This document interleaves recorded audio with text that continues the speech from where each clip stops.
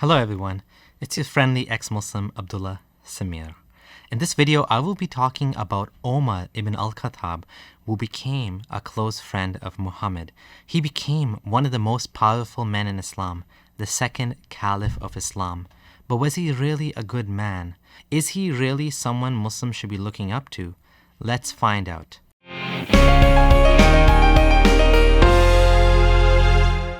As a quick disclaimer, keep in mind that Shias would reject hadith praising Abu Bakr and Omar.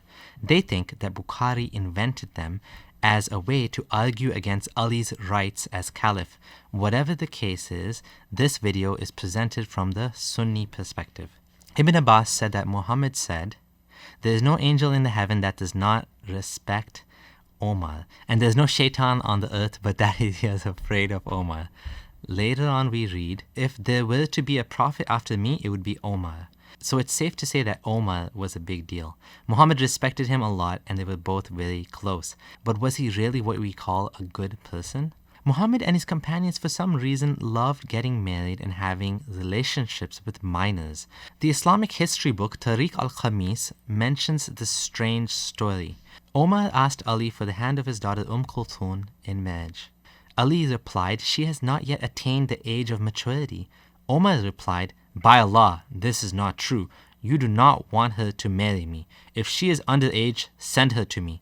Thus, Ali gave his daughter Kulthum a dress and asked her to go to Omar and tell him that her father wants to know what this dress is for. They made up an excuse for him to send his daughter to Omar. When she came to Omar and gave him the message, he grabbed her hand and forcibly pulled her towards him. Kulthum asked him to leave her hand, which Omar did, and said, "You are a very well-mannered lady with great morals. Go and tell your father that you are very pretty, and you are not what he said of you." With that, Ali married Kulthum to Omar. Wait, what? So many problems here. So Ali felt hesitant and then Omar started emotionally blackmailing him? That's not even the worst part of the story. So when Kulthum, this kid who was sent to Omar for him to see her, went to see him, he forcefully pulled her towards him like a creepy pedo? She obviously got scared, who wouldn't, and asked to be released, and Omar saw this as a sign that she was mature. And Ali bought it? Or was he scared of Omar? Was he really like, "Oh wow, so my daughter didn't let herself get molested by this creep, which means she's definitely mature. Therefore it makes total sense for me to let him marry my daughter"? So was Ali scared of Omar? Or did he really think that Omar was going to make a good husband for his daughter? In case you're wondering whether the story is fabricated, actually the story is defended by the Muslim apologist Basim Zawadi, but he made a poor attempt at trying to make this incident sound sane somehow. Basim writes, "Now the question on everyone's mind would be why Ali initially reacted the way that he did. Well, there are two possible answers. First, it is possible that Ali thought that Omar wanted to get married and consummate the marriage with Kulthum right away. Thus, Ali stated her age because he believed that his daughter was still not ready for intercourse, which was true since Omar consummated the marriage a year after marrying Kulthum. So Ali thought Omar was a horny old man who couldn't wait to get his hands on his daughter? Good save there, Basim. Secondly, Ali did not want Omar to marry his daughter and only use the age of his daughter as an excuse. This might be an argument that Shias use because they hate Omar. However, I believe that it is possibly the case for a different reason. As I argued in my previous article, there are sources that indicate that the companions did not want Omar to get married to another woman for fear that she might distract him from his duties as a caliph. Thus, it is very likely that Ali didn't want Omar to get married for the same reasons and only used the age of his daughter as an excuse. However, his excuse was wrong and he knew it. Therefore, he eventually married his daughter to Omar.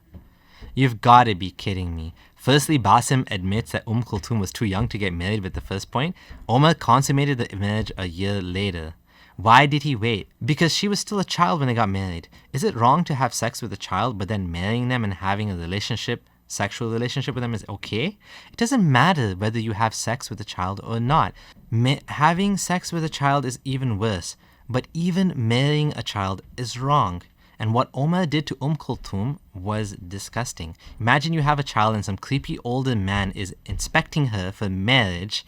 He pulls her towards himself and acts repulsively like that, would you as a parent actually be okay with an old man doing this to your young daughter? Some sources say Omar was in his late 50s at this time. Basim later goes on to explain in the article that it's fine because back then people got married early and it was the norm. And you know what? I agree it was. It was very common practice back then. But every century has its own flaws. Islam is supposed to be a perfect religion. This flaw should not be permitted by Islam just because it was a norm back then. This just goes to show that Islam is false and only suitable for people back then. Oh, and ladies, this one is for you. Guess who you can thank for the ruling of hijab? Omar. He desperately wanted women to cover up. He desperately wanted Allah to reveal a verse on veiling. Omar bin al-Khattab used to say to Allah's apostle, "Let your wives be veiled," but he did not do so. The wives of the Prophet used to go out and answer the call of nature at night only at Al-Manasi. Once, Sauda, the daughter of Zama, went out and she was a tall woman. Omar bin al-Khattab saw her while she was in a gathering and said, "I recognize you, O Sauda." He said so as he was anxious for some divine orders regarding the veil, the veiling of women. So Allah revealed the verse of veiling. He was anxious for some divine ruling. Initially, Muhammad was against it, but he gave in to his constant requests and declared that Allah had revealed the verse upon him. Sauda, the wife of the Prophet, used to go out and answer the call of nature after it was made obligatory for all Muslim ladies to observe the veil. She was a fat, huge lady and everyone who knew her before could recognize her. So Omar bin al-Khattab saw her and said, "O Sauda, by Allah, you cannot hide yourself from us. So think of a way by which you should not be recognized on going out." Sauda returned while Allah's apostle was in my house taking his supper and a bone covered with meat was in his hand. She entered and said, "O Allah's apostle, I went out to answer the call of nature and Omar said to me, so and so." Then Allah inspired him, the Prophet, and when the state of inspiration was over and the bone was still in his hand and he had not put it down, he said to Sauda, "You women have been allowed to go out for your needs." This is all just so funny and so sad. This poor woman just wanted to go to the washroom, and Omar started lecturing her on how she needs to be invisible, how she needs to cover up more. Whatever happened to lowering your gaze, brother? Imagine you, as a woman, going out to take a leak, and every time you go out, this male Karen tells you that you can still see you. So you need to cover up more.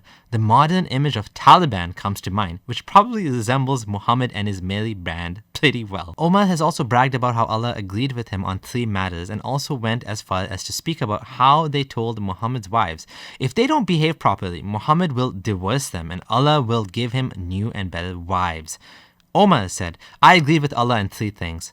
Or said, "My Lord agreed with me on 3 things. I said, O Allah's apostle, would that you took the station of Abraham as a place of prayer. I also said, O Allah's apostle, good and bad persons visit you. Would that you ordered the mothers of the believers to cover themselves with veils." So the divine verses of Al-Hijab were revealed. I came to know that the Prophet had blamed some of his wives. So I entered upon them and said, "You should either stop troubling the Prophet, or else Allah will give his apostle better wives than you guys." When I came to one of the wives, she said to me, "Doesn't Allah's apostle have what he could advise his wives with, that you try to advise them?" Thereupon Allah revealed, "It may be if he divorced you all, his Lord will give him, instead of you, wives better than you, Muslims who submit to Allah and this and that, and saying they'll be virgins and whatever."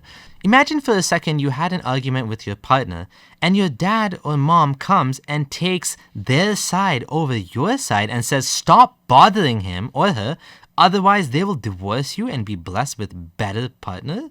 Would you not find that insulting? And apparently Muhammad didn't even care enough to defend his wives because he was a coward who needed his companions and his Allah to defend him against his wives whenever they would get into argument. Let's look at an example of hating Muhammad's wives. When Omar wasn't going around ordering women to cover themselves, he was busy hitting the wives of his Prophet, aka his daughter, for making Muhammad feel bad because apparently Muhammad was a baby who needed defending all the time from these big angry men.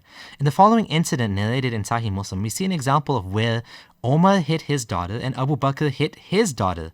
Abu Bakr came and sought permission to see Allah's Messenger. He found people sitting at the door and none amongst them had been granted permission, but Abu Bakr was allowed to go in. Then came Omar and the same thing happened. And he found Allah's apostle sitting sad and silent with his wives around him. He, Omar, said, I would say something which will make the Prophet laugh. So he said, Messenger of Allah, I wish you had seen what happened to the daughter of Khadija when you asked me some money and I got up and I slapped her on her neck.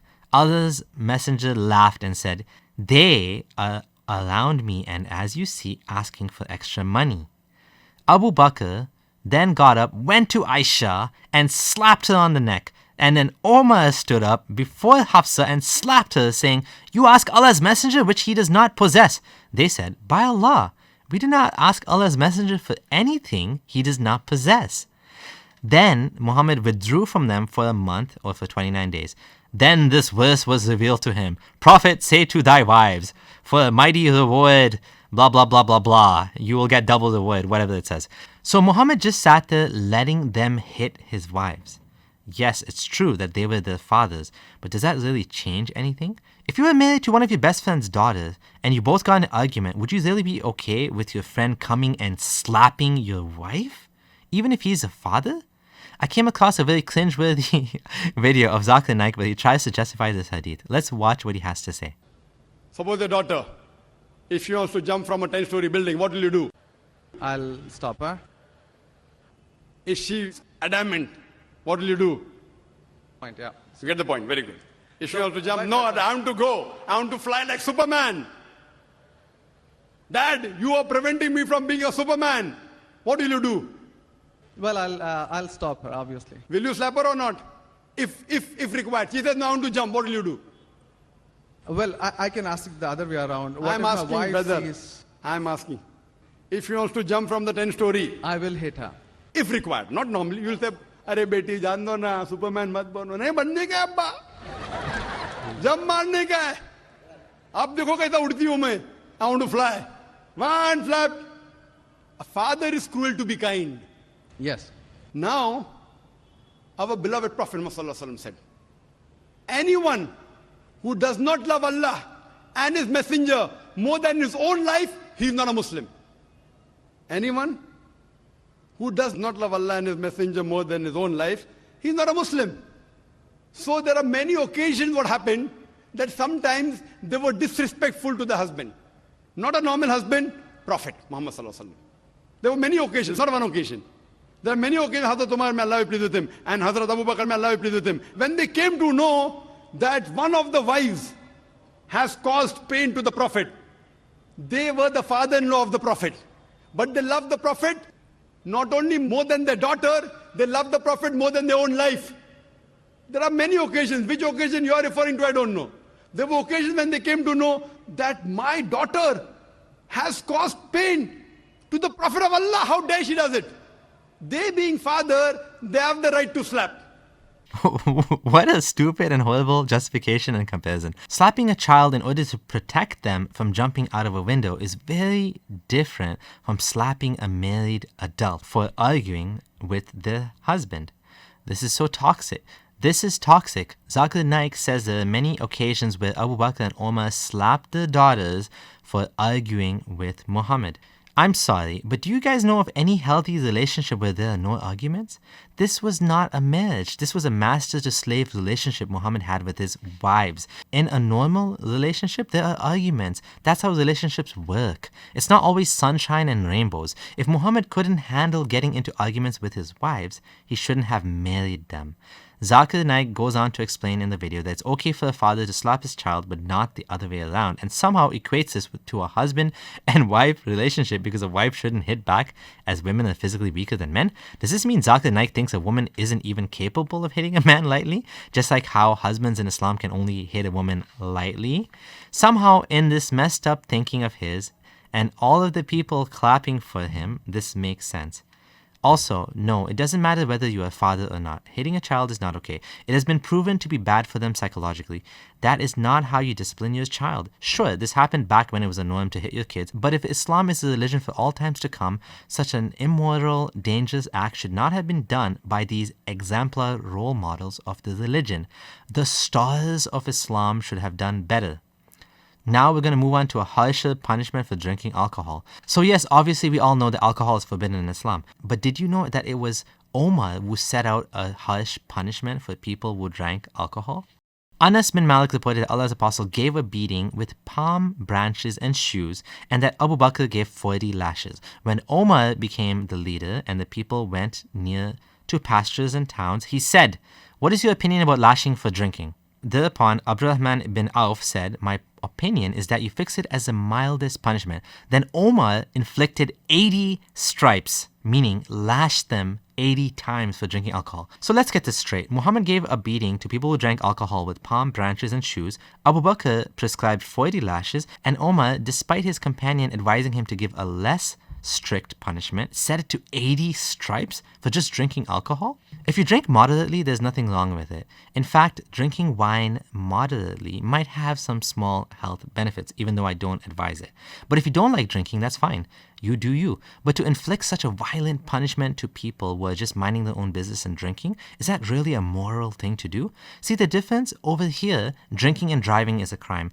Sexual harassment is a crime. Drinking itself is not a crime because you can and many people do drink responsibly. I thought Omar was supposed to be this great man, but he seems like he is more extreme even than Muhammad.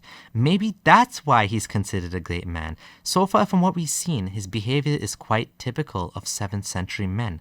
Killed a man for doubting Muhammad. Just when you thought Omar couldn't get any more unlikable, he proves us wrong.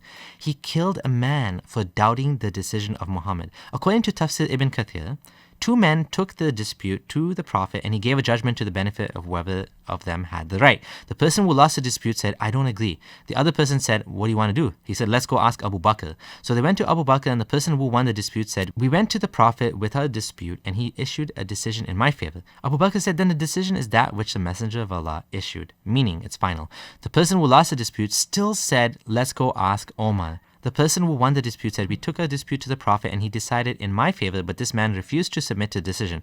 Omar asked the second man and he agreed. Omar went to his house and emerged from it holding aloft his sword. He struck the head of the man who rejected the Prophet's decision with the sword and killed him. Consequently, Allah revealed the following verse, "But no, by your Lord, they will not truly believe until they make you, O Muhammad, a judge concerning that over which they dispute among themselves, and they find within themselves no discomfort from what you have judged, and submit in full willing submission." 465. Such an incredible human being, wasn't he? Instead of teaching this man, a man who only just refused to give in to the decision Muhammad made and wanted a second opinion, that was enough for Omar to lose his shit and kill him. And then the verse of the Quran, instead of condemning him for murder, actually defended him. Can you imagine something like this happening to a random person today? Even Muslims may condemn him. They would say, "That's so stupid. How can you be such an idiot to kill someone just because they didn't agree with a scholar's opinion?" But in this case, it's not a scholar, it's Muhammad, and questioning Muhammad is blasphemy, and Omar considered it worthy of death. In conclusion, so there you have it. Omar bin al-Khattab was a perverted, creepy, misogynistic, woman-slapping, murdering accomplice of Muhammad. This man, ladies and gentlemen, was appointed the second Caliph of Islam.